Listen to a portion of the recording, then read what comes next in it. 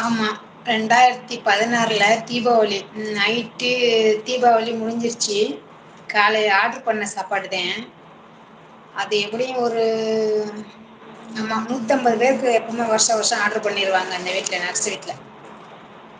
எல்லாரும் சாப்பிட்டு முடிச்சுட்டு மிச்சம் இருக்கும் அதெல்லாம் பேக் பண்ணி ஃப்ரிட்ஜில் வச்சிடுறது காலையில் எல்லாத்தையும் மொத்தமாக எடுத்து சூடு பண்ணி அந்தந்த பாக்ஸில் போட்டு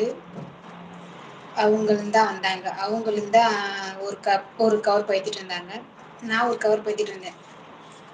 பக்கத்துல வேலை செஞ்சுட்டு அந்த ப்ளோக்ல அந்த ஐஎம்ஓ பில்டிங் கிட்ட வந்து